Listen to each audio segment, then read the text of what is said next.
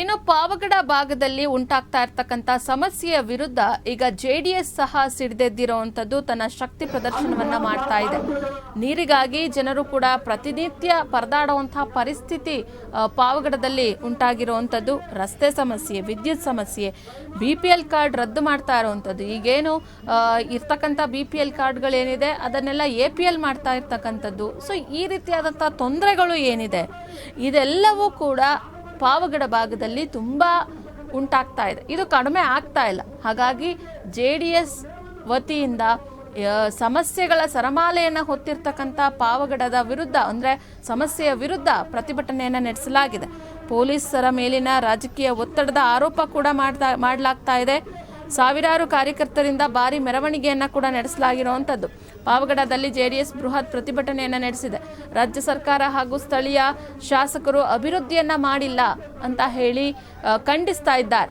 SSK ಬಯಲು ರಂಗಮಂದಿರದಿಂದ ಭಾರಿ ಮೆರವಣಿಗೆಯನ್ನ ಮಾಡಿರುವಂಥದ್ದು. ಅಂಬೇಡ್ಕರ್ ಸರ್ಕಲ್ ಮೂಲಕ ತಾಲೂಕು ಕಚೇರಿಯವರೆಗೆ ಪ್ರತಿಭಟನೆಯನ್ನು ನಡೆಸಿದ್ದಾರೆ. ಕುಡಿಯುವ ನೀರಿನ ಸಮಸ್ಯೆಯನ್ನು ಮೊದಲು ಬಗೆಹರಿಸಿ ಬರಪೀಡಿತ ಪ್ರದೇಶ ಘೋಷಣೆಗೆ ಪಾವಗಡ ತಾಲೂಕನ್ನ ಬರಪೀಡಿತ ಪ್ರದೇಶ ಘೋಷಣೆಗೆ ಒತ್ತಾಯವನ್ನ ಮಾಡಲಾಗಿದ್ದು, ತುಂಗಾಭದ್ರಾ ನೀರು ಸ್ಥಗಿತ ಮಾಡಲಾಗಿದೆ. ಜಾನುವಾರುಗಳಿಗೆ ಮೇವು ಸಿಗ್ತಾ ಇಲ್ಲ.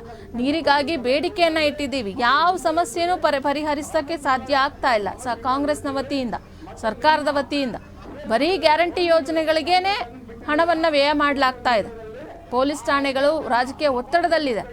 ಇದರ ಬಗ್ಗೆ JDS ಕಾರ್ಯಕರ್ತರು ಅವರ ಮೇಲೆ ಸುಳ್ಳು ಕೇಸ್ಗಳನ್ನ ಹಾಕಲಾಗ್ತಾ ಇದೆ ಅಂತ ಹೇಳಿ ಆರೋಪವನ್ನ ಕೂಡ ಮಾಡಲಾಗ್ತಾ ಇದೆ. ತಾಲೂಕಿನಲ್ಲಿ ವಿದ್ಯುತ್ ಸಮಸ್ಯೆ ಇದೆ. ಟ್ರಾನ್ಸ್ಫಾರ್ಮರ್ ಅಳವಡಿಕೆ ಕೆಲವೊಂದು ಕಡೆ ಮಾಡಿಲ್ಲ. JJM ಕಾಮಗಾರಿಗಳ ವಿರುದ್ಧ ತೀವ್ರ ಅಸಮಾಧಾನವನ್ನ ಕೂಡ ಹೊರಹಾಕಲಾಗ್ತಾ ಇದೆ. ಹದಗೆಟ್ಟ ರಸ್ತೆಗಳು ದುರಸ್ತಿಗೆ ಆಗ್ರಹ ಮಾಡಲಾಗ್ತಾ ಇದೆ. ವಾರ್ಡ್ ನಂಬರ್ 23ರಲ್ಲಿ ಏನು ಒಂದು ಬೀದಿ ದೀಪ ಅಳವಡಿಸಬೇಕು, ಅಲ್ಲಿ ಬೀದಿ ದೀಪನೇ ಇಲ್ಲ. ಇದೆಲ್ಲ ಮೂಲಭೂತ ಸಮಸ್ಯೆಗಳು ಇಷ್ಟಿದೆ. ಆದರೂ ಸಹ ಸರ್ಕಾರ ಯಾವುದೇ ಸಮಸ್ಯೆಯನ್ನು ಬಗೆಹರಿಸಿಲ್ಲ. ಅದರಲ್ಲೂ ಜನಪ್ರತಿನಿಧಿಗಳು, MLAಗಳು ಈ ಕಡೆ ತಿರುಗಿ ನೋಡಿಲ್ಲ ಅನ್ನುವಂಥ ಒಂದು ಆರೋಪ.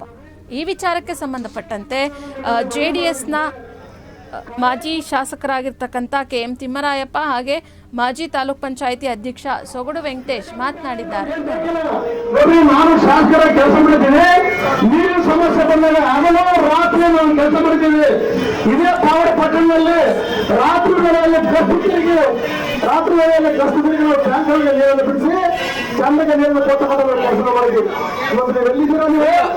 ಏನ್ ಮಾಡ್ತಿದ್ದೀರಿ ನೀವು? ಜನ ನೀರಿನ ಪ್ರತಿ ಹಳ್ಳಿಯಿಂದ ನಮಗೆ ದೂರವಾಣಿ ಕರೆಗಳನ್ನು ಮಾಡ್ತಾ ಇದ್ದಾರೆ.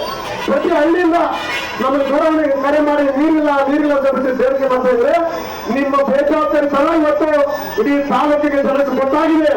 ಹಾಸ್ಪಿಟಲ್ ಅಲ್ಲಿ ಸಹ ಬಹಳಷ್ಟು ಜನ ದುರ್ಗಂಧ ವೈದ್ಯರು ಸರಿಯಾಗಿ ಕೆಲಸ ಮಾಡ್ತಾರೆ ಅಂತ ಹೇಳಿ ಈಗಾಗಲೇ ದೂರವಾಣಿಲ್ಲ ಬಂದಿದ್ದಾರೆ.